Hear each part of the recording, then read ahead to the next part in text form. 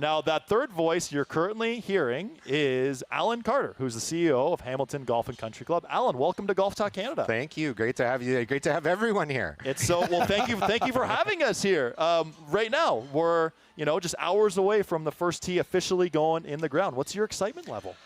Well, now that it's stopped with the sprinkler up in the sky and the moisture falling, it's great. It's great to finally have it culminate and come together. And they got started building this build out back on, I think, October 28th of last year. So we've been watching it go get created, and now it's time to welcome everyone and show off the new Hamilton. That's a perfect segue, because we were just talking to Matthew Anderson. He was talking about all the little subtle changes you mentioned to me off mic, off camera, that Rory was talking about, the precision of the golf course, how it's changed. So before we get exactly how it's changed, let's start with the choice, the decision. Because when you're already one of the highest ranked courses in the country that people love, it's a big decision when you touch it, because it doesn't always work out the right way. Trust me, I've been to a few. This one, not the case. So why the decision initially, and how nervous was the whole process? Well, hey, I wish I could say I was here when all that would have went down way back in 2014-ish. That's how long ago they were. Oh yeah, it's these things don't just happen.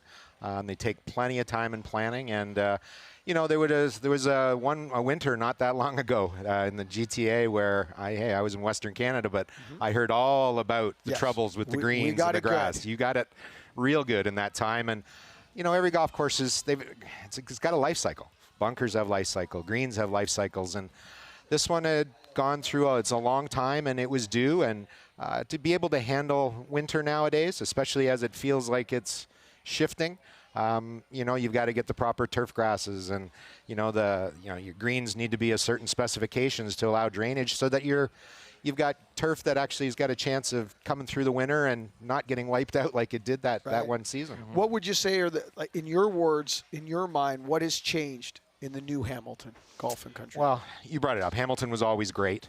But, really now it's, Martin Ebert did a wonderful job of trying to really create this.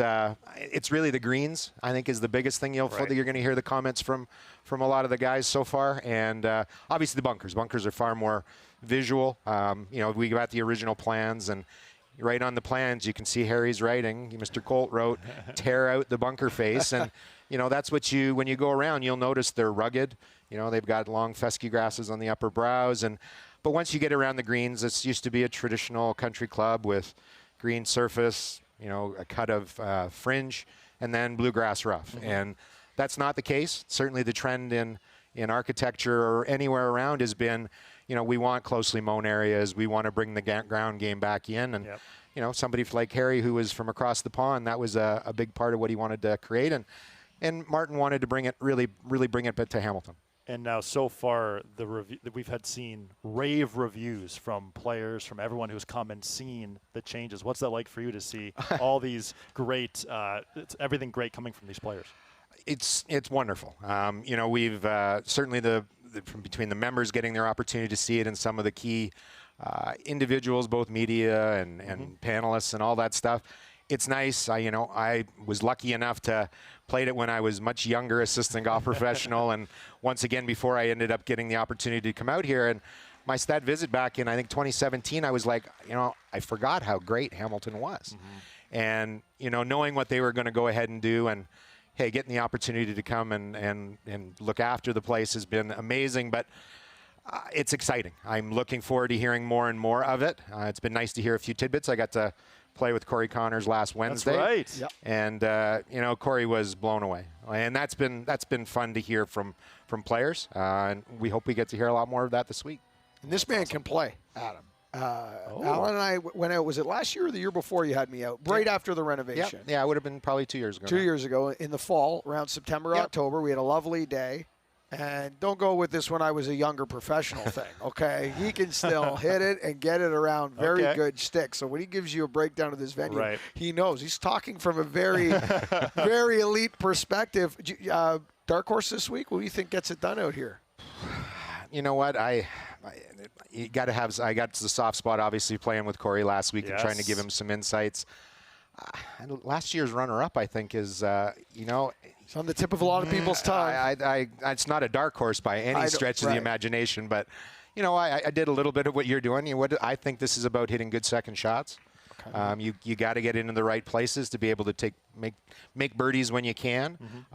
It's been funny to hear the comments already as, the greens have now they're coming back. They're starting to dry out a little bit. Yep. And then all those runoffs, it's, they've got some pace to them. And we were hearing balls on here at 13 or on 11 rolling back 20, 30, 40 yards. And so I think it's precision iron play. So that's why I still got a soft spot. We know how Corey hits it. So that's certainly a big part of it. But they're perfect though too. These are some of the best surfaces I've seen all year on the PGA Tour.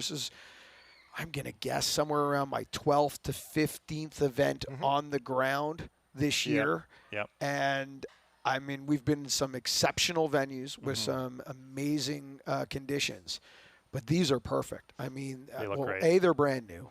Yeah, but you got to remember that also takes. That could also take time. It takes a little bit of time. Totally. We're just getting into that spot. We might have had it just enough. We might be right at the sweet spot. Yep. And we're looking forward to giving that to our members when everybody goes to leave too. So. Well, I'm glad you brought that up because you are the CEO here at Hamilton. Give us a sense of what it's like to put on a tournament like this because, you've got to shut the course down at some point. There's everything that's going on around here. What's it like hosting an event like this? Well, it's a big commitment by the club, flat out. And we know Hamilton is one of the few places in this country that has the ballpark to be able to accommodate how big of a show this has become. And Hamilton's always been a part of that.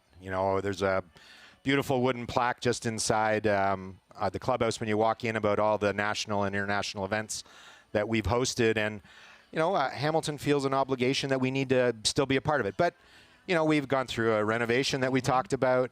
We just finished a back patio renovation last year.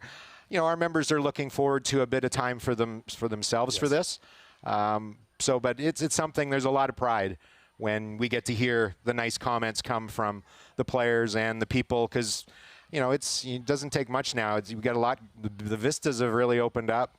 There's some pretty amazing views as we move ourselves around here. And, we're excited to get the show on the road. I'm fortunate my team is most of my leaders on my team have done this. 2019 wasn't that long ago, and most of them were in place. So that makes it a little easier. And Golf Canada, they've got an amazing team that that does this on a regular basis now. That never used to be the case many years ago. So it makes it a lot easier for all of us. Yeah, I'm just curious. The build-out we talked about was over a year ago, right? The build-out started getting the plan.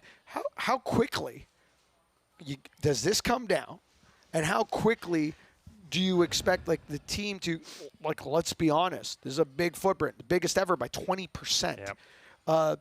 There's a recovery period. Yeah. When does Hamilton return back to the Hamilton the members recognize? Well, we've got men's league on Tuesday that's coming up, so we've got to be ready for that. Don't get above the hole, guys. Veterans Day on Thursday, men's member on Saturday. So it's got to come back quick. They've got to. There's a bunch of this that's got to go to Calgary. Right. We've got the women's. That's right. So there's a bunch that's always the good thing for me to know that they do got to get it. They got to get it out of here. Yeah. So we're expecting. They're thinking 6 weeks is what it's going to take to get down. As soon as all these structures go away, we certainly would have liked a little less moisture. Creates a little more damage, a little more mud in certain spots. We're doing our best to mulch where we can, and things are drying out. But it'll take some sodding, it'll take some seeding, and there's certainly some pain that goes along with it. But that's a part of what goes on with hosting a national championship. And now, as we look back at last year, the iconic "Where were you when" moment for Nick Taylor is a cool bobblehead in front of us. I love asking people their perspective, where they were. So tell us what you were doing when Nick Taylor made that 72-foot putt. I was only able to come last year. I had one little window to come on Friday and spent the whole day to get a little bit of a show.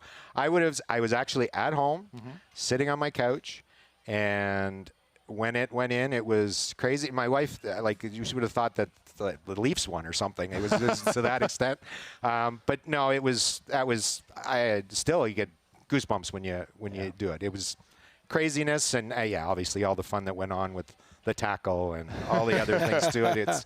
That's going to be. I'm sure we're going to see that lots this week on every one of the stations that are going to be showing us. Yeah, well, it was an amazing moment, and it's going to be an amazing week, Alan. I told Golf Canada communications guru Dan Pino that I was in love with this place when I got to play here at RBC Canadian Open Media Day a couple weeks ago.